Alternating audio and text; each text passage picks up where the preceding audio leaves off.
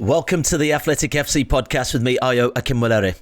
Spurs have lost 19 of their last 43 matches in the Premier League, and their most recent defeat was particularly damaging. So have Spurs evolved under Ange Postecoglou, and will he be given the time to turn their season around? Joining me today, we have the Athletic's Tottenham writer Jack Pitt-Brooke and also Charlie Eccleshare, who has actually swapped Spurs coverage for tennis this summer. The trauma was too much. Anyway, Jack, let's get into this. Look, the stats aren't great, and the defeat to Chelsea was the 11th time that Tottenham lost a Premier League game after going 2 or more goals ahead. That's 4 more than any other side in the competition's history. From where you're sitting, just how damaging was that match against Chelsea on the weekend? I actually don't think Sunday was especially damaging in itself. It's a type of, it wasn't that different from the game between the two sides last season. And Tottenham did play really well, I thought, for about 35 minutes in a way which really rattled Chelsea. What I think is especially damaging is the fact they've lost 7 out of 5 Premier League games this season. Much more damaging was the Bournemouth defeat, the Ipswich defeat, the Crystal Palace defeat, the Brighton defeat. And it's why the real problem they've got is not so much losing to Chelsea, it's the fact they've lost 45% of their league games so far, which is just an unsustainably high percentage. But it does certainly add to this sense that they are really, really struggling with this inconsistency, which they cannot seem to shake. And if they don't shake it, then I'm afraid things are only going to head one way. Yeah, Charlie, the stats keep coming. Spurs 11th in the Premier League after 15 games and having only won one of their last 7 matches across all competitions. That was the 4-0 win away at City. Does that sum up really? I mean, it's fair to say the inconsistency of where Spurs are at right now, but also, I mean, surely this project was supposed to bring a bit more consistency to Spurs as well. Yeah, I think by this point the expectation was that things would have settled a bit more. It does make it hard to make sense of them, and it doesn't. The most damning thing in a way is it doesn't come as a massive surprise. I mean, Jack and I were talking on WhatsApp during the international break, and I said, sort of half jokingly but half seriously, I was like, well, we know what will happen now. They'll beat City, then they'll lose to Fulham, and they'll just be back to where they were. And obviously in the end they drew with Fulham, but then they've lost to Bournemouth and Chelsea, and so it does feel like that City win, not that it's rendered irrelevant, but it hasn't been a springboard. It's just been a continuation of this very up and down season that they've had that makes it very hard sort of make sense of them, because a team that can go and beat the champions away, and yes, it's a champions in a slightly diminished form, but even so, that's an incredible result, and should feel like a statement win. But then in its previous match, lost to Ipswich, who haven't won another game all season. That's an incredible gap between their best and their worst. And obviously, you think of the best teams, and they're able to lift their floor to a point where even if they're not at their best or they're not playing great, they can still sort of grind out results. This Tottenham team don't, at the moment, seem to do that, especially away from home. I mean, that is, if they go behind or get into a difficult game away, they lose. Maybe they draw. I mean, they've won 4 games away from home in the Premier League this calendar year. Against United, against City, against Villa, against Sheffield United, which is kind of irrelevant. But those were all 3-0, 4-0 wins. They haven't had a tight away win in a long, long time, and that's when you really see a team's character often, and that's been going on for way too long for them now. Yeah, Jack. I mean, this is Ange's real sort of season where we're hoping, we've got some players in. We're hopefully trying to see some consistency, but we are also now seeing serious inconsistency. What do you think, having watched Spurs under the Ange regime, is the reason for the inconsistency? Is it tactical? Is it fragility mentally from the players? I think it's basically that the way they play is so demanding. I kind of always think of it as being, it's like a house of cards. Like if everything is in place, it's fantastic. And when Tottenham are on it, they are unbelievably good. We've seen that the way they've destroyed City twice this season, United away, Villa at home, and so on. But because it's such a kind of, I guess, a distinct way of playing, it's so unusual. if you take one card out of the whole thing, it falls apart. Like you need incredible performance levels from everyone in the team. It's incredibly physical as well in a way that people I think underestimate. It only works if they can completely outrun the opposition, and if they can't, if their physical levels drop a bit, then the whole thing falls apart. They obviously take huge risks in how they play in terms of the high line and allowing so much space in behind, and both fullbacks flying forward at the same time.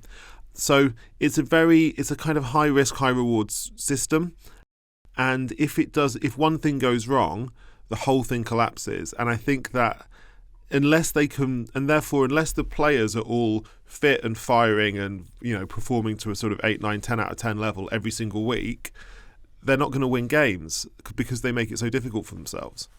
Just to come in on that, if you think about when Spurs had their best run, which was when they won 8 and drew 2 of their first 10 league games under Ange, they were able to have a really settled lineup. They had a real consistency about the selection. They were generally only playing once a week. That is conditions that don't come along too often for an elite Premier League team, because the nature of it is you're playing twice a week, you're having to chop and change constantly because of injuries, suspensions, fatigue, what have you. And I guess that is kind of the question, is that when you take out the sort of perfect lab conditions, how well can they adapt? I think the point Jack makes there is really salient, because it at the moment it does look a bit like you take out, and that's true of most teams apart from like teams like Man City. If you take out some key component parts, there are difficulties, and I think it is particularly pronounced in a system like Ange's that can look quite exposed if it's it just takes a little bit to go wrong, and then suddenly it can look pretty wild and vulnerable. Yeah, I mean, I don't want to throw any shade, but elite Premier League team, is that where Tottenham want to be, Jack, or is that where they actually are? I mean, that's a real talk. I mean, you build a squad, you're hoping it's elite, but from performances, can we say this is an elite Premier League team? Well, I think it's difficult to assess. I mean, I think they've got some really, really good players. I think the first 11 on its day is, I think it's not a long way away from Arsenal and Liverpool, so maybe a bit further away from City. But I also think that they don't really have the depth, and if they want to come into the top 4 this season, which would make sense given they came 5th last year, I think that I think they probably don't have the options in reserve. I think it's a great squad for 2 or 3 years' time, but for right now, I think they probably don't have the resources, particularly given that they want to play in this very demanding way. Like as Charlie says, if they were going to play in this way, I think they probably need to play in this way and to also be in Europe. I think they probably need like a Manchester City level of squad, and they don't have that. And I think that if they weren't in Europe, it would maybe be okay. If they played in a different way, it would maybe be okay. But it's the combination of the fixture schedule, the demanding style of play, and the frankly fairly thin squad which they have. Like all of those, something's got to give basically. Like you can't have all those things together at the same time. I mean, they're playing so much more than they did last season, because last season, not only were they not in Europe, they went out of the Cups early. They played 41 games total, which is basically the minimum. 40 is the minimum that a Premier League team can play. And obviously now, not only are they in Europe and and it's a kind of bloated Europe this season, but they're still in the Carabao Cup. So that is a big change. That's a lot more sort of demands that are being put on the squad. And now you look at the summer business, yes, some players came in and a lot of really exciting players came in, but whether they did enough to really bolster the squad for the here and now, that looks questionable at this point. Yeah, I really want to go into that a little later on, but before that, I just have to play this clip from Danny Kelly, the host of our brilliant Spurs podcast, The View from the Lane. This was from Monday's show. Take a listen to this. They're not playing football. They're playing part of football. They're playing foot or ball. I'm not sure which it is. Or the middle bit. They're playing otba. You can't have a team that doesn't defend its goal, either by, as you say, Manchester City, Barcelona defending the ball or defending their territory. I don't know that this experiment, and it is an experiment. It's never been tried in the Premier League before, that you're just going to go all out, you remember my phrase from 2 or 3 years ago when we were in the middle of the defensive version of Spurs, and said I'd rather risk losing 3-2 in order to win the game 3-2. I stick by that, but we're not doing that at the moment. We are making it almost certain that in half the games we play, we will lose because we're only playing otba. I mean, there were so many nuggets from that podcast to listen to. Jack, you did very well to stay relatively measured through that podcast. But look, Danny's talking about Spurs playing otba. Don't get me started on what he was talking about, Romero doing Cruyff turns, but that's a whole different conversation. Like, Charlie, how would you have responded if you were still on that podcast to Spurs' otba? Yeah, I think like I normally did, a sort of like, it'll be okay, Danny, don't worry. I'll come in and say something positive and reassuring was sort of what I was generally tasked with doing. But in that instance, it's hard not to laugh. I mean, that is, that's Danny at his best. How did you stay so chill through it, Jack? I mean, he was really on one, and I feel his pain. I think anyone who's listening to that can understand from a fan's perspective just how frustrated he is with Spurs at this moment in time. Yeah, certainly. But I actually said to him after he said that I don't think it's true to say that Ange doesn't care about defending. Tottenham have a defensive method, and only I think 5 teams in the Premier League have conceded fewer goals than them this season. Liverpool, Chelsea, Arsenal, Nottingham Forest and Manchester United. So I don't think that Tottenham are especially bad at defending. They just have their own way of defending, which is basically staying on the front foot all the time, playing on the opposition half, pressing really high, keeping a high line. And, it doesn't always work. And we have seen them concede lots of goals on the counter-attack over the last year and a half, lots of goals on set pieces, but they do have a method. The problem, as I said a minute ago, is that for this method to work, everything has to be in perfect sync. They've obviously had like Van der Ven and Romero injured recently.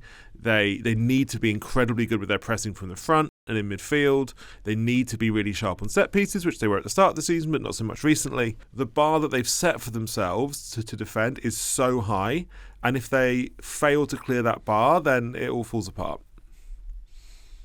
And yeah, I mean, the missing players is key. I know it's talking about injured players is always a difficult one because injuries are part of football. But clearly, when you lose your 2 centre backs, that is going to harm you. And I do, Van der Ven is, we've said it a million times, but he is so key to how they play with his pace. But he's maybe symptomatic of it because he is so key, but he is prone to hamstring injuries now. There's no getting away from that. Like, he's had a number of them. It's really unfortunate for him. So, I don't think that would have come as a huge surprise. If you told a Spurs fan in the summer that, Van der Ven's going to have a hamstring injury, they'd be like, well, yeah, that's sort of baked in now. Can we have, there needs to be backup. And that's not an easy thing to do. There aren't many, there's basically no one as quick as Van der Ven. There aren't many left-footed centre-backs knocking around who are lightning quick, who are, can just slot in if he's out. But that's the issue they have at the moment, that a lot of those key players, that their squad building is at a point at which they don't have necessarily replacements, and unfortunately they are picking up injuries quite repeatedly in key areas. Okay, Jack, I want to talk about Ange Postecoglou. After that 1-0 defeat to Bournemouth last week, Postecoglou went over to the travelling fans, and this clip has gone viral really on social medias, who were voicing their disappointment at the result. Do you see Postecoglou coming across a little bit more, I guess, agitated at this moment in time, especially when you speak to him in press conferences? And I don't just think just this time. I think, in my personal opinion, watching from afar, this is something that feels like has been happening for a little while now. I think he was a bit low on Sunday after the Chelsea game. I think it's very clear, and he is open about the fact that he knows this season is not going to plan, and he accepts that they're in probably a lot. I imagine a much worse situation than he hoped they would be by this point. I think what happened at Bournemouth would have taken quite a lot out of him, because even with Conte and Mourinho, we never really saw anything like that. I mean, obviously Mourinho was manager during COVID, so the sort of the bad spell that Spurs were in, they never really had fans hammering him for it. And then Conte was obviously recovering from illness in Italy for a lot of his last few months as Spurs manager. So we didn't really see a scene like that with an away end turning on a manager. But yeah, I definitely think the last few weeks would have taken a lot out of Postecoglou. Yeah. Do you see that as well, Charlie? Sort of, I don't know, it's not just these last couple of games, but I feel like the way this season seems to be panning out, you almost feel the weight on his shoulders in many respects, because inevitably he was hired to bring a different style of football, but an optimism back to the club. Yeah, I mean, that was such a huge part of it. If you think of those early weeks and, you know, the fans singing his name after every game, they were completely enthralled to him. They were so ready after Conte to fall in love, you know, and sort of have like a Pochettino figure again. And they did. They threw themselves in. You know, they were just fully into it. And then I think the City game last year was a big moment. The home game where, you know, the fans didn't want Spurs to win. That really hurt him, I think. Like I'd never seen him like that. You know, he was really, really upset by it. And I think a bit embarrassed because he'd slightly dismissed it the day before as a kind of, yeah, that's a sort of social media Twitter thing. That's not actually going to happen at the game. It did then happen. And on that night, if you remember, he kind of got in a bit of a row with a fan as well. So we have seen a bit of this before. Obviously, that was slightly different. And, you know, he's always very good at saying, you know, he's not going to tell fans how to feel. He said that right from the start, right? In those early weeks when he was said, you know, should the fans temper their expectations? And he said, no, you know, let them dream, etc. So I think having a connection with the fan base is really important to him. Bear in mind as well at Celtic, they loved him. And you watch him talking and he's like this sort of preacher to the following. They're all enthralled to him when he's talking after title wins and what have you. So I think that will have hurt him. And, you know, he really wants to put it right. And it's hard when you're sort of struggling a bit for answers, and I think he probably does sense that early optimism has changed a bit, and you know, the fact they played that it was at Bournemouth, it did make me think, because that equivalent fixture last season was in August. It was his third game. They won 2-0. They played really well. He was interviewed after and he did the I'm just copying Pep mate thing, and everyone loved him. And it was just like, wow, football moves quickly, because now here he is and he's got his own fans booing him, or some of them anyway. Well, Jack, I want to talk about sort of the bigger picture a little later on in terms of the overall issues at the club a little later on. But firstly, I'm just interested in your stance on Ange's job right now, and also maybe the club's stance on Ange's job right now, because I read the piece that you put out on The Athletic right now, and you were saying, you know, as bad as results are right now, there's still a significant upside to keeping the manager. Can you just explain what you meant by that? Yeah, so basically I think that if you stick with him, it's in the hope that the inconsistency they've shown, they can kind of turn that into consistency. I still think there is a slim hope that they can replicate their good days and kind of stop having the bad days. I know it feels kind of unlikely now because they are so inconsistent, and frankly there's more bad days than good days recently. But given, like, a bad team can't play as well as they did at City, basically. And so I think that if they get players back, and if they can, maybe add in January, although fundamentally I think it will come back to players coming back from injury. Then, and if they can just settle down a bit, I think the prize of Tottenham being consistent and replicating their good days is so big that it's kind of worth buying a ticket for, basically. Like it's worth paying the price to see if you can get there.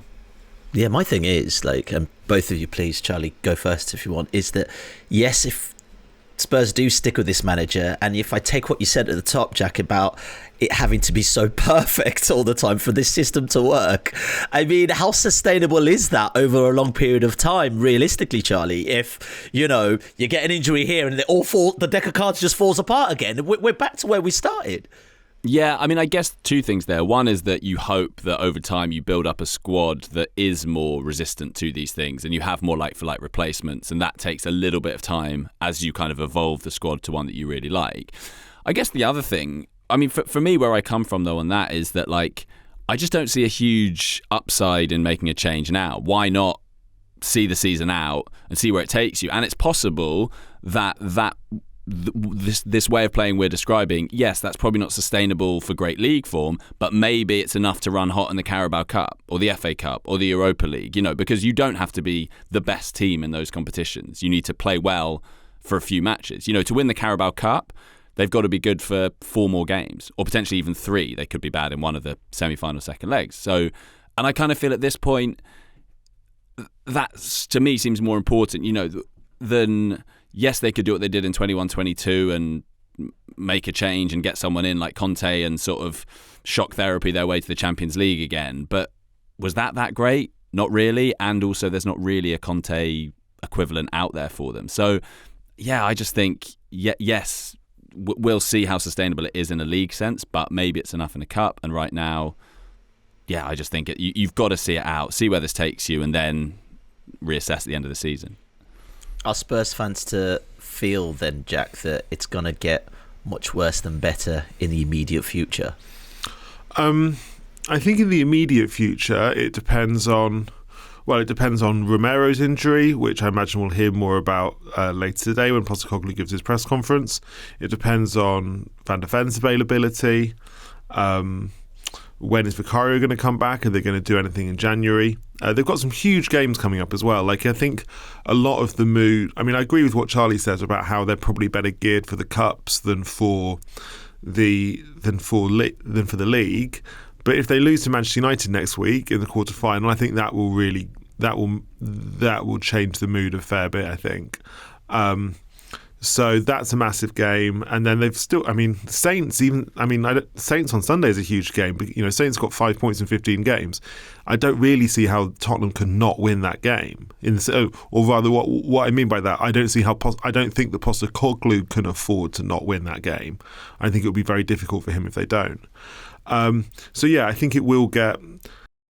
There's definitely some bumpy moments ahead. Spurs have got some difficult games. They've got Liverpool coming up as well, of course. But I think that if they can just somehow get their way through the next 2 weeks and then start to get people back, then perhaps January will look a bit better. Okay, well let's think about the bigger picture. Obviously there's a bigger club as well as Ange Postecoglou and also the players at hand. Charlie, Spurs have made some summer signings, young, promising players. Lucas Bergvall, Archie Gray. Interesting strategy. How do you think it's worked out so far? Yeah, the interesting thing with that is I think the young players Spurs have is the envy of pretty much everyone in almost, you could say, European football. Like, they've got so many really exciting players coming through. But I know that for a lot of fans, that's kind of like, well, yeah, great. What about now? That's sort of 3 or 4 years' time. But yeah, what about now? And was there enough done in the summer for the here and now? And Solanke came in. Obviously, Odebear's, I think that shifts things because we've barely seen him, unfortunately, because of injury. If he'd come in and, even if he'd been at sort of Solanke levels, then I think you'd be saying, well, they have made some, 2 fairly significant signings there. But yeah, I think at this point, it's legitimate to make that argument when you've got guys like Bergvall and Gray who clearly are really talented, but it doesn't seem like they're not really ready to be starting Premier League games in the eyes of the manager. That is a problem in a way because you're putting a lot of stress on a sort of smaller pool of players and asking them to play a lot of Premier League and Europa League games, and that's kind of adding to the burden on them and potentially the injuries as well. So I think it's legitimate to question whether they got the balance quite right if you're talking about the immediate term. I think the problem they've got is that given how demanding the way they play is and given the busy fixture schedule this season, they really needed the squad players they signed in the summer to play a lot of football, I think, as Charlie says, to take the burden off the first team players. But Odebear started 2 league games, and obviously he's been injured. Gray started 1 league game, which was Bournemouth last week, and Bergvall hasn't started a league game yet. Richarlison, who obviously came in as a big money signing, he's had his injury problems. He hasn't started a single league game. So Spurs haven't really been able to use those squad players, and that's put more burden on the first team players, which has probably diminished their performance levels. And I kind of feel like in hindsight, while I absolutely support the strategy of buying all these teenagers, and I think that it's a great investment for the club and they will turn out to be really good, I kind of feel now like it's maybe not what they needed right now. I feel like what they really needed, given everything, was players who were kind of experienced and robust enough to come and play a lot of league minutes, because otherwise, you know, it feels like the balance between what they're asking their first team players to do isn't quite right. I wonder if there's the word patience is interesting for me, because I wonder if that's a word you can really offer Spurs fans right now, or just basically I feel like Spurs fans are always being asked to have patience. We're talking about this rebuild, we're talking about how these young players might pan out in 4 years' time. I mean, look, Jack, do they have that time for patience and rebuild? Because, you know, there's a new stadium there. It's shiny and new. It's ready to be used. It's ready to have international football. It's ready to have great players playing. It's ready to be the great stadia that it was built for. Is there enough time for this project, this rebuild, to not show fruition very quickly? Well, that's a good question. So I think there's basically three stakeholders, for want of better words here. There's the players, the fans, and the club. My impression at the moment is that the players are pro Postecoglou. They like him. They're loyal to him. They enjoy his style of play and his way of working. And that often we towards the end of Mourinho or Conte or even Pochettino, that was not the case. So that suggests the players are willing to stick with this. The fans, I mean, I know we saw a lot of antagonism from the fans at Bournemouth. I've been struck this week that the fans are probably more on board than you might think with Postecoglou, and they're loyal and supportive. A lot of them, and you do see a lot of like anti-Ange voices on social media, but I think at the ground there's still a fair bit of support, obviously less than there was last year. The big question really is, how patient is the club? At the moment, I don't think that Postecoglou is under any immediate threat. I don't think they want to make a change, but if results continue to be bad, then that really is the huge question, isn't it? It's does Daniel Levy have the patience to stick with this, or are results going to be so bad that he feels like he has to make a change? And only time will tell really on that question, although I don't think that fans would have much confidence if they were to make a change that he would be replaced with anyone better. I think, Ayo, that is the sort of the essence of this for any team that are in a rebuild, is that to balance the kind of long-term objectives with the short-term ones, which the realities of that are that if you lose a few games in a row at any given point, it's a big deal for a club of Spurs' size, and it's really tricky because you want to be able to zoom out and see the bigger picture, but you also need to keep winning, or winning enough in the immediate term. So it is tricky, and sort of how you navigate those two things. Do you go for short-term gains, or do you constantly see the big picture, knowing that every setback is going to be poured over and your future is going to be questioned? But I do agree with Jack that I think a lot of fans are at a point where they're like, we know you can both think that things aren't great and that there are big issues without that necessarily meaning you think we need to change the manager, because the manager has been changed so many times and it hasn't always led to much. And I think at least there is personal affection and admiration for Ange, and at least people can see what he's trying to do, that I think means people are less sort of feeling less trigger happy in that way than with previous managers. Yeah. The question of whether or not to stick with Ange or not, does this really come down to what Spurs really want to do in the long term? Are they a team that wants to challenge for the title down the line? Are they a team that wants to operate as a cup side? We talk about the squad and whether or not, potentially European football's hindered it moving forward. But Spurs have also been in European football before. What are they learning from when they've been in European football to where they're at right now? We've seen the likes of Mourinho, we've seen the likes of Antonio Conte not working in the recent past, Charlie. What this all comes down to, and I think Romero's even said a few things that have been floating around in terms of what what the club want to do. Do we get a sense of what Daniel Levy and the upper echelons of the club want to do with Spurs? Yeah, I mean, it's a fair question to ask, and it feels especially pertinent when you've got a player like Romero, saying things to that effect. And you look at who they played on Sunday and who they were beaten by Chelsea. Chelsea have spent an absolute fortune in building that team over a fairly consistent base, over the last 2+ years. And really, that's kind of what you need to do if you want to get to a position where you want to challenge, because your squad needs to be so good, it needs to be so deep. You look how much Man City spend on kind of fringe squad players. That's kind of the reality of it. So I think it will reach a really interesting inflection point, because what do they do when at the end of the season, say, when the reality is they'll probably still be in that sort of, fifth around there kind of mix for the Champions League places. Do they really push on? Do they really invest? Or do they keep doing roughly what they're doing, which is sort of bobbing along, occupying that kind of space in the league? We've never really, for all the good things that ENIC have done for Spurs, in taking them from, basically mid-table to being part of the big six, but we haven't seen them really kick on from there. And there were plenty of times under Pochettino, and obviously the stadium build was a big factor there, where everyone at the club, it felt like they were so close. And I guess they would say, well, yeah, but we appointed Mourinho, that was our way of trying to do that. But that's not enough, and obviously that didn't work out. But you just need to invest so much in the playing side. And yes, they've invested a lot in the playing side, but Chelsea spent 1.2 billion on that squad, and like, that's sort of the reality of where the Premier League is right now. Yeah, I mean, I think that clearly they are not set up to win the league.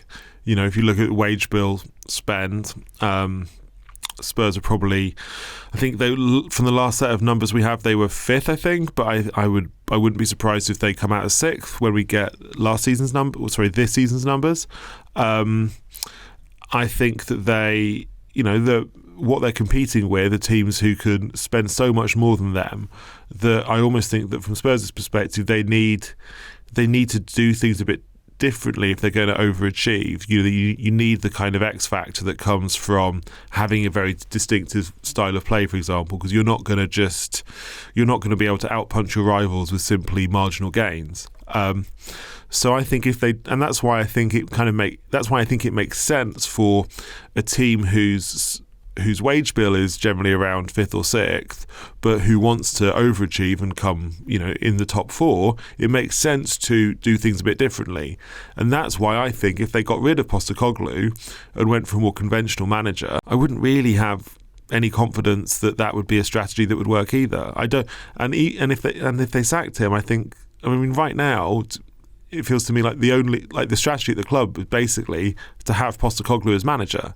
And if they sacked him, then they wouldn't have a manager, and they wouldn't have a strategy, and they wouldn't have an identity. So I think unless they can bring forth a convincing strategy that is alternative to Postecoglou being manager, I think it makes sense to stick with him. I mean, I guess what you could argue, Ayo, you could argue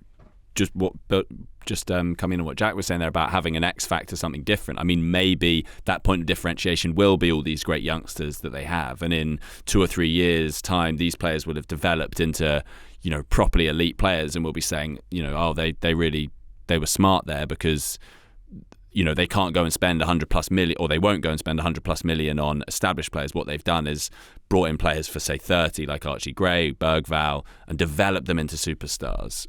Maybe, but I appreciate that's not really going to make people feel better in the short term. Yeah. In terms of future as well, Jack, we've spoken on the podcast about potential investment in Spurs, the potential that the club are open to investment. Any updates on that situation at all? Is it creating any sense of uncertainty around the future of the club? Well, so Tottenham have been very open that they are looking for external investment this year. I believe the plan would be more for this to be kind of selling a stake in the club rather than selling the whole club. There's been no official update on this since, so we're waiting to see what exactly happens, whether a stake is sold to an investor who would come on board. And Tottenham have said that they need this if they're going to really compete, and I suppose that makes you can easily understand why. For a lot of fans, though, it leaves a sense that they're kind of some fans are not really sure where exactly the club is heading, maybe until this is resolved. Okay, fair enough. Next match is Rangers away. Ange's old rivals from his Celtic days. It's a tough match to follow after Chelsea. A lot of passion for sure. I would say a perfect chance to respond, but Charlie, it's not going to be easy. No, I mean, it's going to be a really pretty fiery atmosphere, I would have thought. It's just so relentless, the schedule. I think every team kind of wishes they had a spare week, and they're not there at the moment.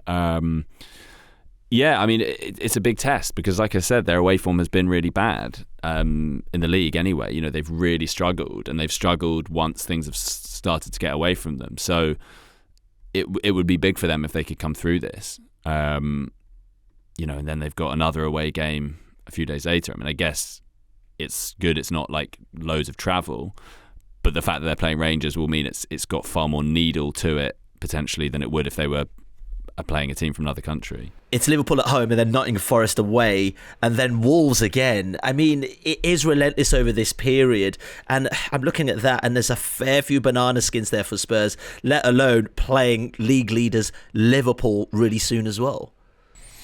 Yeah, strangely, I kind of feel like the Liverpool game is almost the least of their worries at this point. Like, I don't even think the Rangers game tomorrow night, which I'm going to, is especially important. But I think Saints, they have to beat Saints and they have to beat Manchester United. I think those are the two most important ones. If they can win those two games, they can afford to lose to Liverpool. I'm actually already a bit worried about the Forest game, just because the way that Forest play, which is sit in and then counter attack with pace, is probably perfectly geared to exploit the holes in Postecoglou's system. But yeah, for me, so much is going to be defined by Southampton and Manchester United. Okay, fantastic, gents. Thank you for the Spurs therapy as always, Jack, Charlie, and also thank you guys for listening. We'll be back tomorrow. If you want to watch more episodes of the show, please subscribe to the channel. We'll be joined by the likes of David Ornstein, Matt Slater, Adam Crafton, Carl Anker, and plenty more through the season. If you'd like to listen to the episodes in full in audio form, search The Athletic FC wherever you get your podcasts from.